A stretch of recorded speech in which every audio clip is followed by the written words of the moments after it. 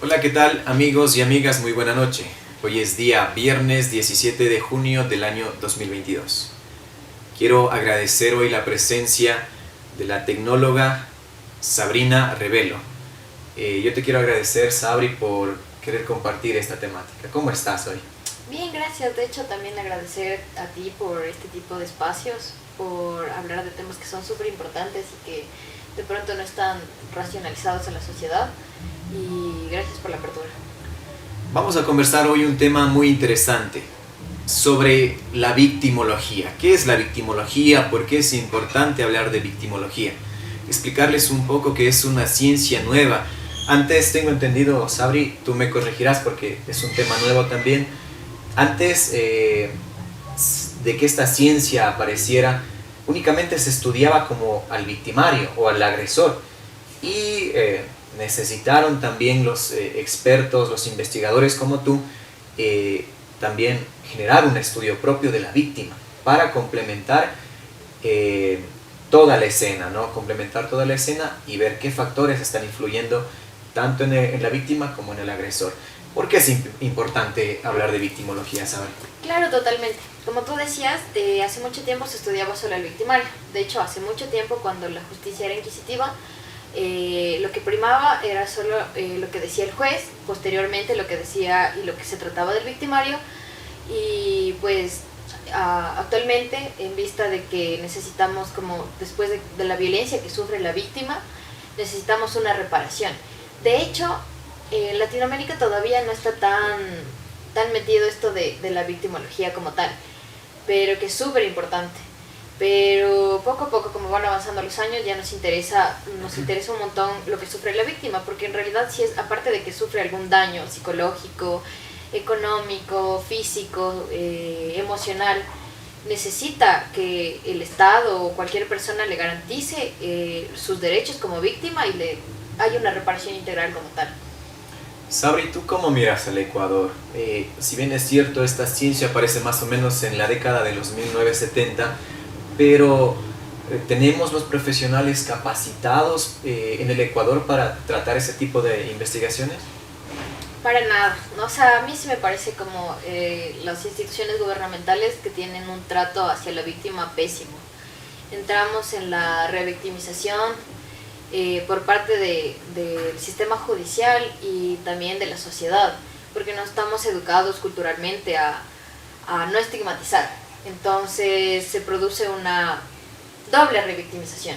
Entonces ahí uno como víctima no siente que el Estado le está garantizando este tipo de protección y no quiere denunciar, precisamente por el hecho de que cuando tú sufres algún delito no quieres como compartirlo, no eres entendido en ese momento porque hasta piensas que es tu culpa. Entonces el Estado no garantiza este tipo de profesionales más que todo. Siempre te vuelven a repetir las mismas preguntas, el policía judicial te pregunta una cosa, en el juicio te vuelven a preguntar otra vez, revives el momento un montón de veces. Entonces no estamos preparados, yo creo que, pero poco a poco vamos educándonos, así como en el 2010 se abrió el sistema penal oral judicial, se va abriendo este campo de la criminalística. Entonces yo todavía tengo fe en que podemos garantizar este tipo de recursos a tanto a la víctima como al victimario, porque el victimario también es una persona que merece tener sus derechos fundamentales. También tiene sus humanos, derechos. claro.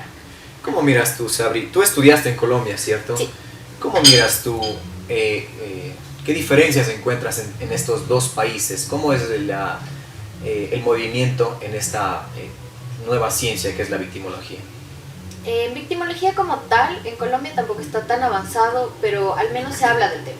Hay la materia, los funcionarios públicos tienen capacitaciones y al menos lo tienen metido. Pero como te digo, es un hecho cultural, yo ya creo que más bien de Latinoamérica, el hecho de estigmatizar a las personas. Entonces, por eso no está tan avanzado, pero al menos que haga ruido es súper importante. Pero en realidad, como sistema penal oral acusatorio, sí tienen un equipo mucho más grande, que yo diría unos 10, 20 años más avanzado que Ecuador. Y es precisamente por el índice de violencia que se ha presentado en Colombia, que es lamentable, pero al menos se ha desarrollado bien en este tipo de ámbitos. Sabri, tú como investigadora criminalística, estoy bien, ¿no? ¿Cómo miras tú o a qué le relacionas esta nueva ola o este incremento de inseguridad o por ejemplo, lo que sucede en las cárceles, peleas entre pandillas o un aumento de la violencia en el país? Pues básicamente eso ya es de corrupción, de gobiernos pasados que tienen que ver con corrupciones que se alinean y que en este punto ya están pasando factura. Entonces, también es un reflejo, dicen que la cárcel es un reflejo de la sociedad en que vivimos. Y realmente estamos en una sociedad que no sé si tenerle fe, pero creo que ya va en decadencia. Guayaquil es una de las ciudades en el ranking, me parece que en el número 50 a nivel mundial de crímenes, ¿no? de violencia.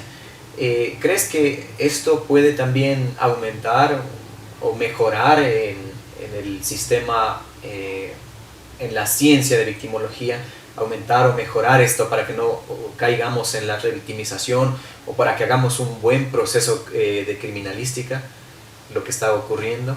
Sí, claro, yo creo que empieza todo desde la educación y para tener como nuevos funcionarios y desde la cultura. Entonces, en este punto más bien es como culturizar a los adolescentes, a la gente que en este punto está estudiando y que va a ser profesional, que de pronto va a ocupar cargos públicos, de saber cómo tratar a la víctima. Porque en este punto ya está, el país es muy corrupto, como Latinoamérica como tal.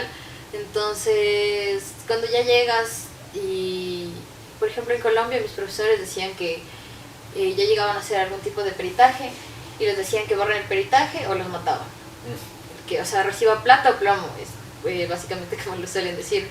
Lamentable. Y lamentable porque ellos decían que tenían que borrar porque en realidad lo mataban a él y ya están jugando, ya están atentando contra su vida. Entonces no sé hasta qué punto llega a cambiar, no sé si vivamos incluso para ese cambio.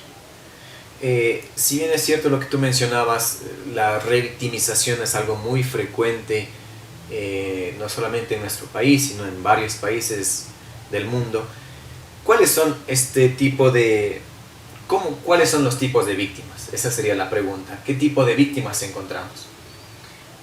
Bueno, como para generalizar, voy a hacer un concepto de la victimización ya, de la victimología. Entonces, pues es como la ciencia que estudia la víctima y básicamente la víctima sufre de varias consecuencias. Todos, de hecho, hemos sido víctimas alguna vez en nuestra vida. Y la víctima tiene daños físicos, emocionales, psicológicos y económicos. Esas serían las características. Claro, esos son como lo que sufre. Entonces, en realidad es como nosotros nos enfocamos, o mi carrera se enfoca a lo que es el delito. Y también a la victimología, que se lo estudió con la psicología, de cómo una persona se caracteriza para ser víctima. Entonces, ahí hay un montón de factores que son endógenos y exógenos. Por ejemplo, los factores endógenos son el espacio-tiempo. Entonces, por ejemplo, si está alguna persona en la noche, a las 12, en un barrio peligroso, es un factor de riesgo que lo hace vulnerable. Ahora, un factor exógeno. Ay, no, es un factor endógeno. Ahora, el factor endógeno es como lo que llevas tú. Por ejemplo, tu estado psicosocial, como tu género. Por ejemplo, yo soy mujer y el hecho de ser mujer ya me hace más vulnerable ante cualquier situación. Lamentablemente es así. Y por ejemplo, si estoy, no sé, drogada, alcoholizada, como mi estado, también me hace una víctima más vulnerable. Eso sería como un factor exógeno. Claro. El exógeno externo. Es el externo. El endógeno es de adentro. Entonces solo se corrige el endógeno, es el tiempo-espacio, y el exógeno es el que nosotros estamos, ¿no? Como nuestra personalidad incluso.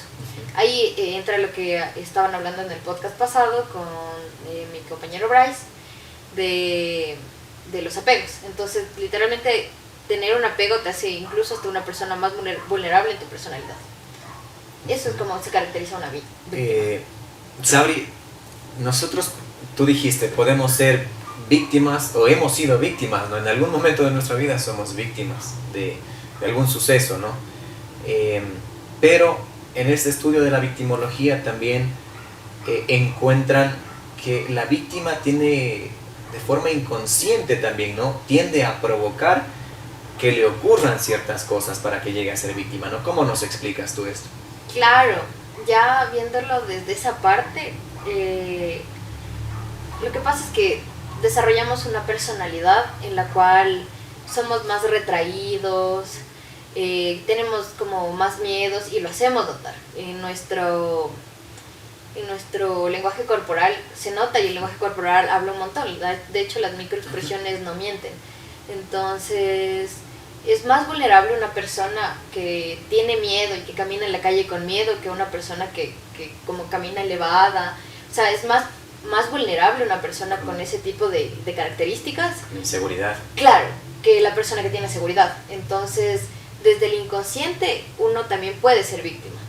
Y no solamente como en el hecho de salir y que hayan este tipo de delitos, sino también en la casa. También la violencia intrafamiliar, es como a la pareja que eliges. Entonces, todos mis patrones apuntan que yo pueda elegir una pareja que sea abusiva por cómo ha sido, no sé, mi figura paterna. Entonces, desde ahí empieza la victimología, desde la personalidad. Te cuento, Sabri, que hace algunos días llegó a un compañero, un chico, a hacerme una pregunta, ¿no? Porque él estaba con mucho miedo, le habían asaltado y él desarrolló, pues, ¿no? un pánico a las calles de la ciudad que están muy peligrosas.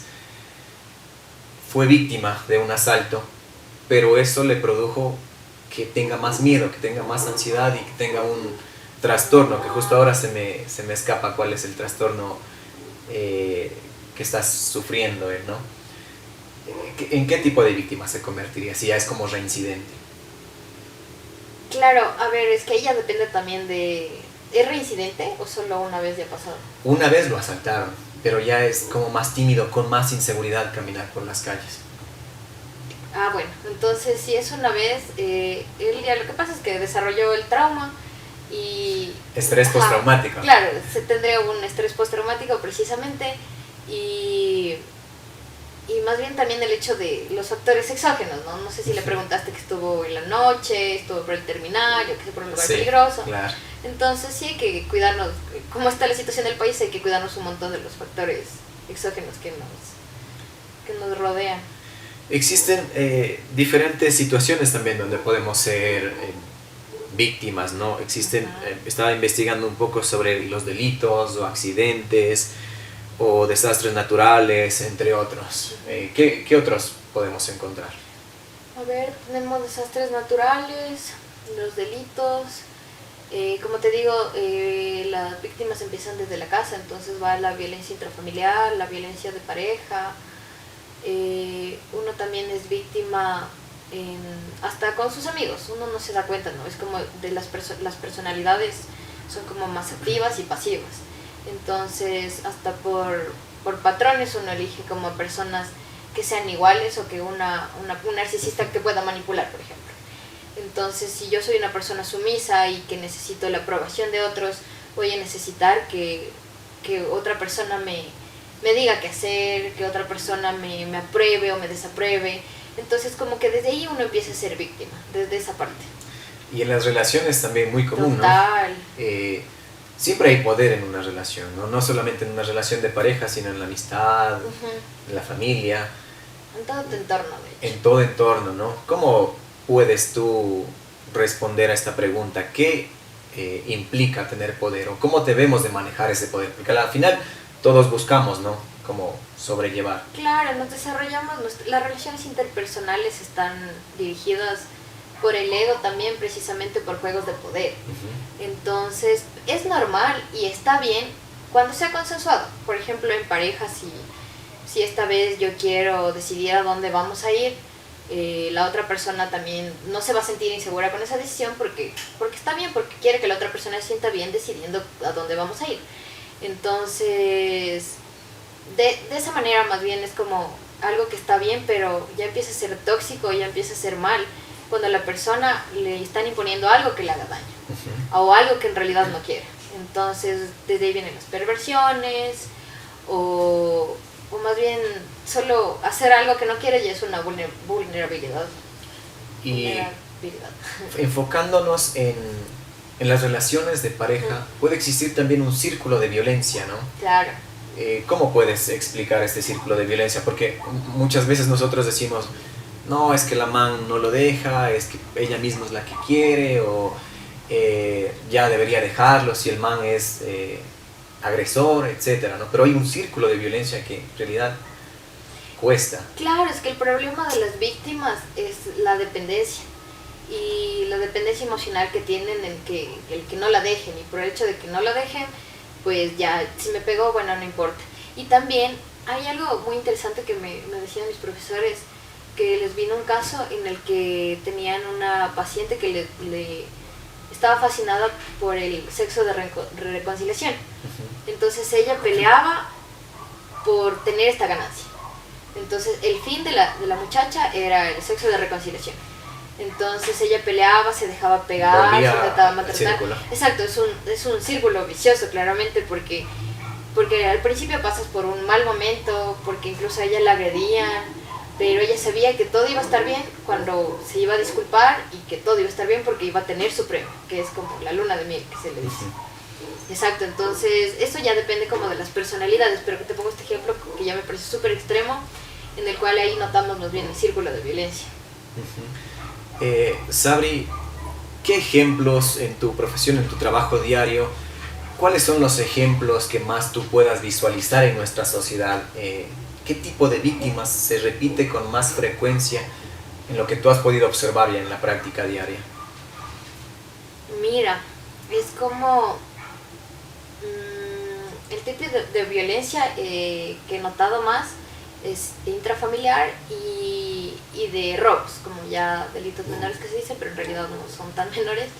Entonces la violencia intrafamiliar, pues como manejas la relación con tu pareja, y sobre todo de que llega la emergencia, llegan los organismos articulados, en este caso que sería policía, como a detener este tipo de agresiones, pero la parte de la víctima no denuncia. Entonces, porque está inmersa en un círculo de dependencia. Eso por esa parte, y de ahí también los robos, pero ya son por los factores externos, que te decía, ¿no? Es como que una persona se expone demasiado al estar, no sé, tipo en el terminal a las 12 de la noche. Entonces, claro, básicamente eso te hace una persona con un factor de riesgo súper alto. Eso ha pasado mucho en la ciudad en estos últimos días. Y es muy importante, ¿no? Porque debemos de entender dónde existen más víctimas, en el hogar, como tú lo mencionas, y es muy importante, justamente lo que mencionábamos anteriormente, generar un equilibrio, ¿no? Porque no podemos como quitarnos ese juego de poderes o ese rol, claro, ese juego de roles, ¿no? Que vamos a estar manejando, pero sí tenemos que mediar, como tú nos decías, ¿no? Y ahora en la violencia intrafamiliar es como que existe un abuso de poder. Claro, totalmente. Igual el hecho de saber poner tus límites y conocer como lo que te hace daño, y hasta cierto punto, hasta qué punto lo permites. Entonces buscar también el equilibrio, conversar y pues ir a terapia más que todo. Eso es algo que nos ha venido afectando un montón también por el machismo, porque la mayoría de violencia intrafamiliar es producida por hombres en realidad. Y lamentablemente, como estamos en una sociedad machista, lamentablemente, se van a seguir repitiendo este tipo de dificultades, ¿no? Donde existen mujeres violentadas principalmente, los hombres también son violentados en ciertos casos, pero hay que hacer una diferencia, ¿no? en las estadísticas. Exacto. Sabri, habías mencionado anteriormente sobre la revictimización, ¿no? Tú mencionas que el policía o la parte judicial pregunta algo, después el juez, después el psicólogo. Hay una revictimización, hay una no trabajar de la forma adecuada con la víctima. Pero esto en los profesionales. Ahora, ¿existirán otros factores de riesgo como la familia? ¿Puede la familia o los amigos revictimizar a la persona? Totalmente. De hecho, en la victimología también se clasifican como en 3 etapas. Que la primera etapa es la victimización primaria. Esta nos habla de del daño que te produce lo que te expones, ¿no? En este caso, hagámoslo con un ejemplo, ya lo voy a hacer con un delito sexual.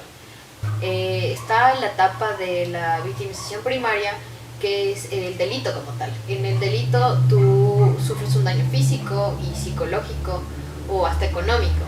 Entonces, en un delito sexual puedes sufrir un embarazo no deseado o una enfermedad de transmisión sexual y muchos daños psicológicos, claro está. Esa es como la primera etapa. Está la segunda etapa, que es la revictimización secundaria, que esa viene por organismos del Estado, porque es súper duro el hecho de volver a revivir un hecho traumático y tener que contar todo tu hecho traumático para que el Estado te garantice justicia. Entonces está desde el hecho que tú vas a denunciar, no sé, a policía judicial y te pregunta, te dice como, bueno, ¿y dónde estabas? ¿Qué estabas haciendo? Y ya te empieza a preguntar. Ha habido ejemplos de que te dicen como, ¿y qué estabas puesto? Como ya tratando más bien de justificar al agresor, haciendo que te sientas culpable y pensando como, ¿por qué salí a esta hora? ¿O por qué me puse esta falda? Esa es la revictimización secundaria. También ya cuando llegas a avanzar al estado, al juicio como tal, te vuelven a preguntar una vez más, cuando en realidad solo tiene que hacerlo el psicólogo, y el psicólogo tiene que interferir y realizarlo en una pericia y ya. Pero sí existe un montón de revictimización por parte de instituciones gubernamentales. Entonces llegamos a la tercera, que me parece como una de las más importantes también, que es cuando ya te pasa todo este proceso, pongamos que el proceso fue favorable y te empieza a juzgar la sociedad como tal, tus amigos, tu familia, tu círculo social, y empieza a decir, claro, es que con quién estarías, cómo saliste, bien hecho. También he escuchado de personas que le atribuyen a bien por el hecho de ser mujer y estar sola. Entonces, cosas como, ojalá si aprendas. Exacto, ojalá si aprendas, como, de ley estaba tomada, o de ley estaba provocando. Entonces esa es la revictimización terciaria, lo que hace que la víctima se sienta culpable y no quiera denunciar este tipo de hechos. Sabri, en realidad podemos ser víctimas y somos víctimas, ¿no? de todo lo que sucede. No podemos controlar lo que pasa allá afuera, ¿no? Necesariamente tenemos que salir a trabajar o a hacer las compras o, no sé, resolver problemas en la familia, etcétera, ¿no? Todo el tiempo vamos a estar así. Pero tú, como profesional en criminología, ¿qué nos podrías mencionar, qué les podrías mencionar a la audiencia sobre cómo prevenir para no ser víctimas?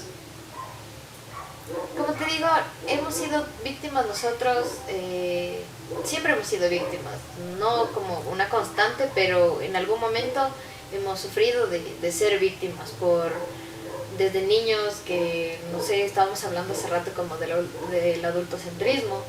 Entonces uno empieza a ser víctima desde que de niño no te dan como la posición como tal de elegir o de dar tu criterio de pensamiento, o que no te explican las cosas, que te imponen. Entonces uno viene siendo víctima desde ahí. Ahora, ¿cómo poder evitarlo? Cómo tener en cuenta los factores exógenos, que son los factores de riesgo. El Estado debe tratar de reducirlos, pero en este caso yo me enfoco en el contexto en el que estoy, en una ciudad que está siendo peligrosa. Entonces evito como más bien salir en la noche con mi móvil chateando y caminando. Entonces, como tratar de evitar este tipo de cosas. Ahora tampoco digo por el hecho de evitar que nos privemos como de como mujeres también, como hablamos de delitos sexuales hace rato, privarnos de nuestra libertad de querer lucir de tal o cual manera, porque ya es una educación que se debe hacer generalizada en realidad, como hacia hombres como hacia mujeres. Entonces, ya para no ser víctimas de delitos, de este tipo de delitos, culturizar, conversar. Yo creo que conversar es todo, hacer ruido, cada vez elegir bien tu círculo de amistad también, porque yo creo que al final también depende de nosotros como con quién nos juntamos y a quién elegimos hasta de parejas. Entonces, si yo soy machista como mujer, voy a elegir a un hombre machista. Entonces, más bien el hecho de también evitar como los factores exógenos, sino también corregirnos a nosotros como personas, evitar también los micromachismos, estas conductas machistas, para estar rodeados por un círculo como tal, como nosotros mismos. Ujú. Por ahí dice una frase, eres lo que atraes, ¿no? Y básicamente yo creo que sí somos. Muchísimas gracias, Sabri, por compartir esta temática. Es muy importante primero conocernos, ¿no? Conocernos a nosotros mismos y, como tú lo mencionas, evitar. Si es que podemos hacerlo, evitemos algunos factores de riesgo, ¿no? No podemos controlarlo todo, pero podemos evitar. Entonces, esas son las recomendaciones. No sé si quieras dar algunas palabras finales, Sabri. Muchas gracias por hablar de este tema que me parece súper importante. Y te apasiona también. Sí, sí, me gusta un montón. Pues yo creo que la recomendación sería el trato que le damos a una persona que ha sufrido un delito. Como les hablaba de la revictimización terciaria, que es el estigma de la sociedad hacia la persona, es no ser parte de este círculo, no ser quien juzga a la persona ni trata de culpabilizar a la víctima, porque ya viene de un hecho traumático, cualquiera que haya sido.